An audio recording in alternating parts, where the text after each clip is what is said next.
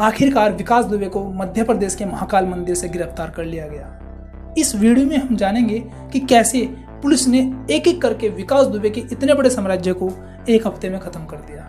तो जैसे ही आज फाइनली विकास दुबे को मध्य प्रदेश के महाकाल मंदिर से पकड़ लिया गया और सफलता के साथ ही कानपुर कांड की परतें खुलती चली जा रही है और रोंगटे खड़े होने वाले सच हम सबके सामने आ रहे हैं। यूपी पुलिस के डीएसपी समेत पुलिस कर्मियों की जघन्य हत्या कर गैंगस्टर विकास दुबे जब तक फरार था, प्रदेश की 2000 से ज्यादा पुलिस और आला अधिकारी विकास दुबे को घर पहुंचने के लिए दिन रात एक किए हुए थे। सैकड़ों लोगों के फोन सर्विलांस पर लगाए हुए थे।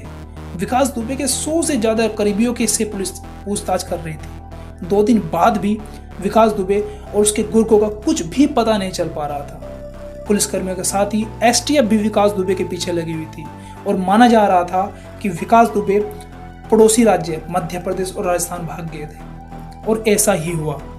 कानपुर के बिकरू में हुए शूट आउट के मुख्य आरोपी विकास दुबे को घटना के 6 दिन बाद गुरुवार सुबह नाटकीय ढंग से उज्जैन से गिरफ्तार कर लिया गया। वह महाकाल मंदिर में दर्शन के लिए पहुंचा था। उत्तर प्रदेश समेत 3 राज्यों की पुलिस उसकी तलाश कर रही थी। पिछले दिनों से उसके दिल्ली, नोएडा, फरीदाबाद या मध्य प्रदेश में छिपने की खबरें आ रही थी। विकास के 2 साथियों बिट्टू और सुरेश को भी गिरफ्तार किया गया है। सूत्रों के अनुसार उज्जैन पुलिस विकास को यूपी एसटीएफ को सीधे सौंपने की तैयारी में है। उसे कोर्ट में पेश नहीं किया जाएगा। यूपी एसटीएफ चार्टर्ड प्लेन से इंदौर पहुंचेगी और प्लेन से ही विकास दुबे को अपने साथ लेकर जाएगी। अब विकास दुबे की जैसे गिरफ्तारी हुई है तो 3 बातें सामने निकल कर आ रही है। पहली बात ये कि विकास ने खुद ही सरेंडर किया है। ऐसा कहा जा रहा है कि विकास खुद सरेंडर करने गया था। महाकाल मंदिर के पुजारी आशीष ने बताया कि एनकाउंटर में मारे जाने के बाद विकास दुबे खुद आत्मसमर्पण करना चाहता था। मंदिर परिसर में वो चिल्ला कर कहने लगा कि वह ही विकास दुबे है। उसने महाकाल मंदिर के सुरक्षा कर्मियों से कहा कि पुलिस को उसके बारे में सूचना दी जाए। दूसरी बात जो सामने निकल कर आ रही है वो ये है कि उसको शक होने पर उसको पकड़ा गया। जी हाँ, विकास को पकड़वाने वाले सिक्योरिटी गार्ड गोपाल सिंह ने बताया कि मैंने शक होने पर उससे पूछताछ के लिए रोका तो वह आनाकानी करने लगा। मुझे और ज्यादा शक हुआ तो मैंने पुलिस को बुलाया। इस पर उसने मेरे साथ झूमा झटके की। थोड़ी देर में पुलिस आई और उसे गिरफ्तार कर लिया गया। तीसरी बात जो सामने निकल गई ये आई है कि वीआईपी एंट्री की रसीद पर सही नाम लिखा। विकास ने गुरुवार सुबह बाबा महाकाल के दर्शन के लिए वीआईपी एंट्री के लिए 250 रुपए की रसीद कटवाई थी। इस दौरान उसने अपना सही नाम विकास दुबे ही लिखवाया। उसके बाद वह महाकाल बाबा के दर्शन के लिए मंदिर परिसर में पहुंचा।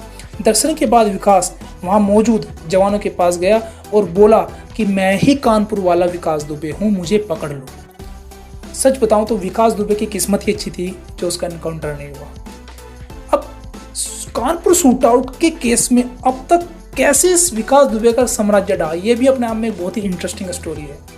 2 जुलाई को आपको सभी को पता है कि विकास दुबे को गिरफ्तार करने 3 थानों की पुलिस ने बिकरू गांव में दबिश दी थी।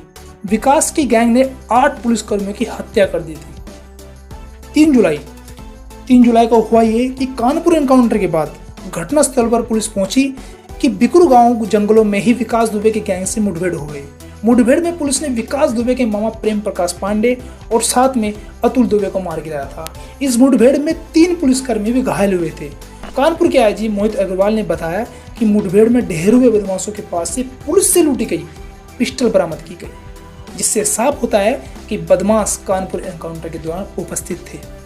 5 जुलाई को हुआ ये कि पुलिस ने विकास के नौकर और खास सहयोगी दयाशंकर उर्फ कल्लू अग्निहोत्री को घेर लिया। पुलिस की गोली लगने से दयाशंकर जख्मी हो गया था। उसने खुलासा किया कि विकास ने पहले से ही प्लानिंग कर पुलिसकर्मियों पर हमला किया था। 6 जुलाई को हुआ ये कि पुलिस ने अमर की मां क्षमा दुबे और दयाशंकर की पत्नी रेखा समेत 3 को गिरफ्तार किया। उनको गिरफ्तार इसलिए किया गया क्योंकि शूट आउट की घटना के वक्त पुलिस ने बदमाशों से बचने के लिए क्षमा दुबे का दरवाजा खटखटाया था, लेकिन क्षमा ने मदद करने के बजाय बदमाशों को पुलिस की लोकेशन बता दी। रेखा भी बदमाशों की मदद कर रही थी। 8 जुलाई में एसटीएफ ने विकास के करीबी अमर दुबे को मार गिराया। हुआ ये कि बुधवार को तड़के सुबह यूपी के हमीरपुर में यूपी एसटीएफ में हमीरपुर पुलिस ने मुठभेड़ में विकास दुबे के राइट हैंड कहे जाने वाले वह सबसे खास आदमी अमर दुबे को मार गिराया। इस मुठभेड़ में महोदया इंस्पेक्टर मनोज शुक्ल व एसटीएफ सिपाही भी घायल हुए हैं, जिन्हें सरकारी अस्पताल में भर्ती कराया गया था। अमर विकास के सूत्रों में सबसे भरोसेमंद माना जाता था। हमेशा राइफल लेकर विकास के साथ रहता था। बता दें कि अमर दुबे की 9 दिन पहले शादी हुई थी। 9 जुलाई को सबसे बड़ी सफलता पुलिस के हाथ लगती है, वो ये हुआ कि प्रभात मिश्रा और बउआ दुबे एनकाउंटर में मारे गए। फरीदाबाद में गिरफ्तार हुए विकास दुबे के करीबी प्रभात को पुलिस कानपुर ला रही थी। तभी बीच रास्ते में प्रभात ने पुलिस की पिस्टल छीनकर भागने की कोशिश की। पुलिस ने भी गोली चलाई तो प्रभात घायल हो गया और अस्पताल में डॉक्टरों ने उसे मृत घोषित। इस पूरे घटनाक्रम में विकास को पकड़ने के लिए कानपुर के 40 थानों की पुलिस फोर्स, 7000 पुलिसकर्मी और यूपी एसटीएफ की 100 से अधिक टीमें उसकी तलाश कर रही थी। लेकिन इन सबको चकमा देकर वो मध्य प्रदेश भाग निकला। फिर बड़ी आसानी से पुलिस की गिरफ्त में आ गया। सबसे मजे की बात यह थी कि विकास एनकाउंटर की घटना को अंजाम देने के बाद वो घटना स्थल से महज 5 किलोमीटर दूर सिवली गांव में 2 दिन छिपा रहा और पुलिस पूरे प्रदेश में उसे ढूंढ ले रही। ये तो थी विकास दुबे के साम्राज्य की वो कहानी, जिसमें हमें पता चला कि विकास दुबे का साम्राज्य को कैसे ढहाया गया, कैसे पुलिस ने अपनी पूरी जद्दोजहद के साथ विकास दुबे को पकड़ा। अगली वीडियो हम बात करेंगे कि विकास दुबे ने इस इतने बड़े साम्राज्य को कैसे बनाया, कैसे उसने बंदूक की नोक पर, वसूली के दम पर इस पूरे साम्राज्य को खड़ा किया। ऐसी ही तरोताज़ा खबरें देखने के लिए आपके अपने चैनल करंट वायरल को सब्सक्राइब करना ना भूलें। वीडियो से संबंधित अगर आपका कोई भी सुझाव हो तो कमेंट बॉक्स में जरूर लिखें, हमें बेहद खुशी होगी। इसके साथ धन्यवाद, आपका दिन शुभ हो।